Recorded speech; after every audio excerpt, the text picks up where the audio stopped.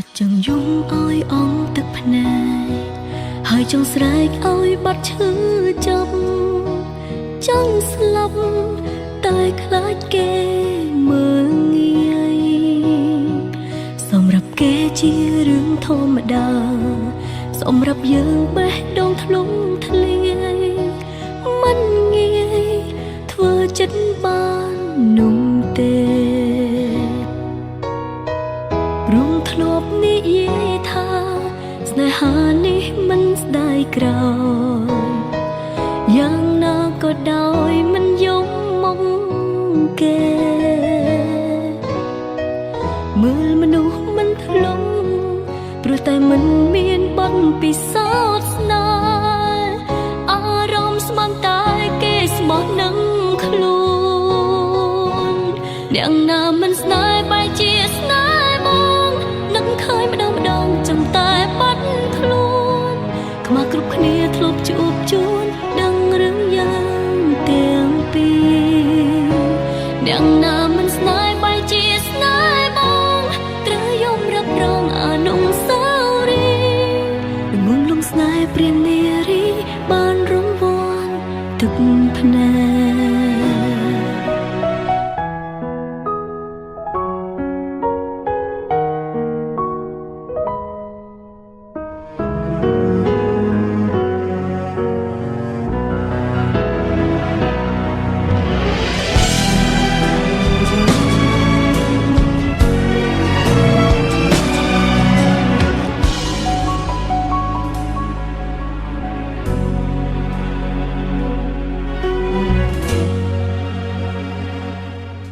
ចិត្តចង់យំអោយអងទឹកភ្នែក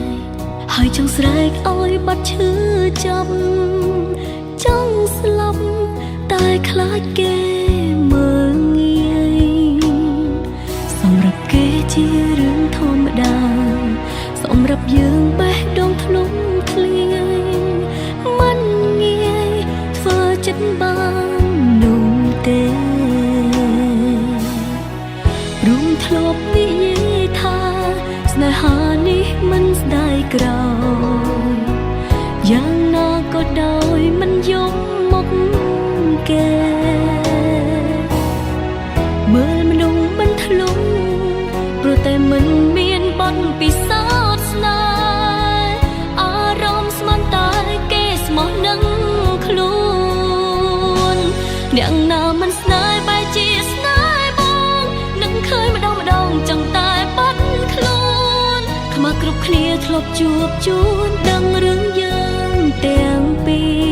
រយ៉ាងណាមិនស្នេហ៍បែរជាស្នេហ៍បងត្រូវយំរឹករងអនុស្សាវរីយ៍ងងលងស្នេហ៍ព្រាននារីបានរង្វាន់ទឹកភ្នែកយ៉ាងណាមិនស្នេហ៍បែរជាស្នេហ៍បងនឹកឃើញម្ដងចង់តែបាត់ខ្លួនខ្មាស់គ្រប់គ្នាធ្លាប់ជួបជូនដឹងរឿងយ៉ាងទាំងពី